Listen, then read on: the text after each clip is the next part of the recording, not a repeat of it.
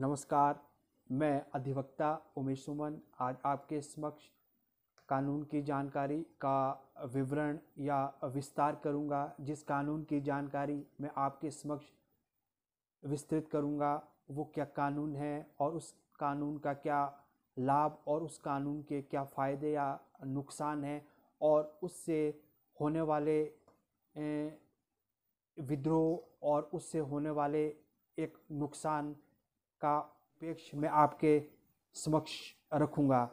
जैसा कि आपको विस्तृत है, आपको पता है कि पिछले दिनों हमारे समाज में सिटीजनशिप अमेंडमेंट एक्ट और एनसीआर के प्रति हमारे देश में विद्रोह की चिंगारियां फैलती जा रही थी। उस विद्रोह की चिंगारियों के फैलने के उपरांत दिल्ली में एक मॉब काफ़ी दिनों से इकट्ठा होता रहा और वो सीए के प्रोटेस्ट में वो मॉब वहाँ पर एकत्रित था और एकत्रित होने के बाद उसमें एक व्यक्ति जिसका नाम शर्जिल इमाम था, उसका भी हाथ कहा जा रहा है कि उस सीए के विरोध में भी उन्होंने वहाँ पर एंटी कंट्रीज़ के प्रति, हिंदुस्तान के प्रति inciting of disharmony between the two communities के प्रति इन्फ्लामेटरी स्पीचेस डिलीवरी की थी।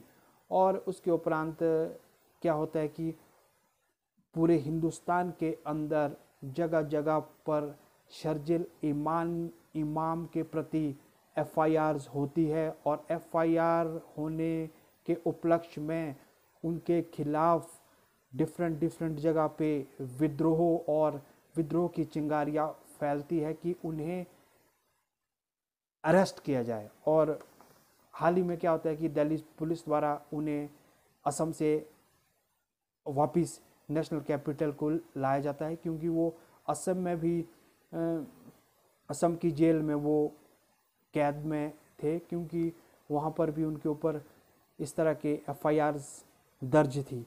और उसके बाद जो उनके ऊपर कानून लगता है वो लगता है अनलॉफुल एक्टिविटीज़ प्रिवेंशन एक्ट। ये इस कानून के तहत उनके ऊपर कार्रवाई होती है।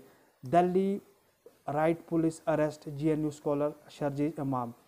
वो स्पेशल पुलिस दिल्ली क्या करती है कि PhD scholar Sharjeel Imam in connection with North East Delhi riots has been booked under the unlawful, उनको किसी हिसाब से बुक किया जाता है अनलॉफुल एक्टिविटीज़ प्रिवेंशन एक्ट के तहत उन्हें हिरासत में लिया जाता है और उन्हें असम से दिल्ली लाया जाता है और उनको लाया जाता है on the production of warrant के थ्रू।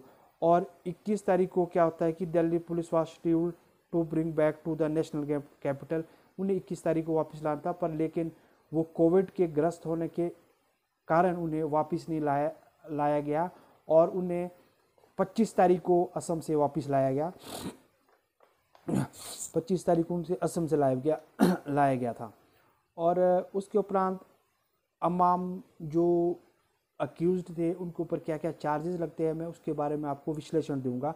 इमाम is an accused in an case relating to alleged inflammatory speeches during the protest against CAA and NRC in a case relating to UAPA unlawful prevention activities के तहत। और इसके बाद जो इनके ऊपर चार्जेस लगाए गए वो क्या चार्जेस थे उसके बारे में मैं आपके समक्ष जानकारी रखूँगा। और chargesheet filed by the Delhi police, इनके ऊपर जो चार्जशीट फाइल की थी दिल्ली पुलिस ने वो फाइल की थी अप्रैल में। Imam was charged with for alleging inciting of people to indulge in activities और charge has been alleged that Imam openly defied the constitution and Sharia और इन्होंने क्या कहा था, इन्होंने कहा था कि कॉन्स्टिट्यूशन भी एक फेशियस डॉक्यूमेंट है। इन्होंने हमारे कॉन्स्टिट्यूशन के भी प्रति एक गलत बात की थी, जिसकी वजह से उन्हें हिरासत में लिया गया। और before he was brought back to Delhi and Imam was lodged in Guwahati jail from an alleged inflammatory speeches। दी थी इन्होंने, कब दी थी, जब सीए और एनआरसी का प्रोटेस्ट चल रहा था। और जो इमाम, इससे पहले इमाम बिहार की जेल में भी रह सकते हैं, जेल में भी रह चुके हैं, क्योंकि वहाँ पर भी उनके खिलाफ एफआईआर हुई थी, क्योंकि उन्होंने इस तरह की इन्फ्लामेटरी स्पीचेस जो दी थी। और पूरे हिंदुस्तान के अंदर उनके खिलाफ एफआईआर होना एक निश्चित था और उनके खिलाफ एक एक्शन होना भी एक निश्चित था, क्योंकि जब भी कोई भी व्यक्ति किसी के खिलाफ या देश के खिलाफ कोई भी गलत बात करेगा या टू कम्युनिटीज़ में हेट को सेपरेट करेगा, तो उसके खिलाफ निश्चित ही एक्शन होना एक बहुत बड़ी चीज़ है और बहुत बड़ी कार्रवाई होनी चाहिए ऐसे व्यक्ति के खिलाफ। और उसके बाद क्या होता है कि इसमें आईपीसी के क्या क्या सेक्शन लगते हैं, उसके बारे में भी मैं अपना विचार और विवरण आपके समक्ष रखूँगा। और ये जो आईपीसी के सेक्शन, इंडियन पेनल कोड के सेक्शन इसमें इम्पोज किए जाते हैं, क्या किए जाते हैं, ये किए जाते हैं।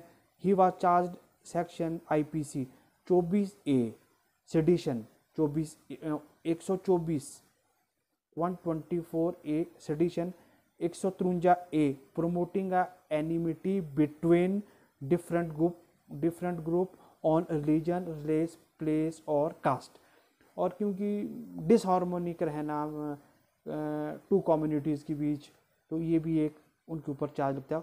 और 505 statement conducting to public mischief over speeches to delivering at Aligarh Muslim University when he alleged threatened to cut off Assam of the northeast from India। और Delhi police in UP, Manipur, Assam, Arunachal Pradesh has been on charge of sedition. ये और जो असम है, मणिपुर है और अरुणाचल प्रदेश है, यहाँ भी इनके खिलाफ सेडिशन के चार्जेस इनके ऊपर लगाए जाते हैं।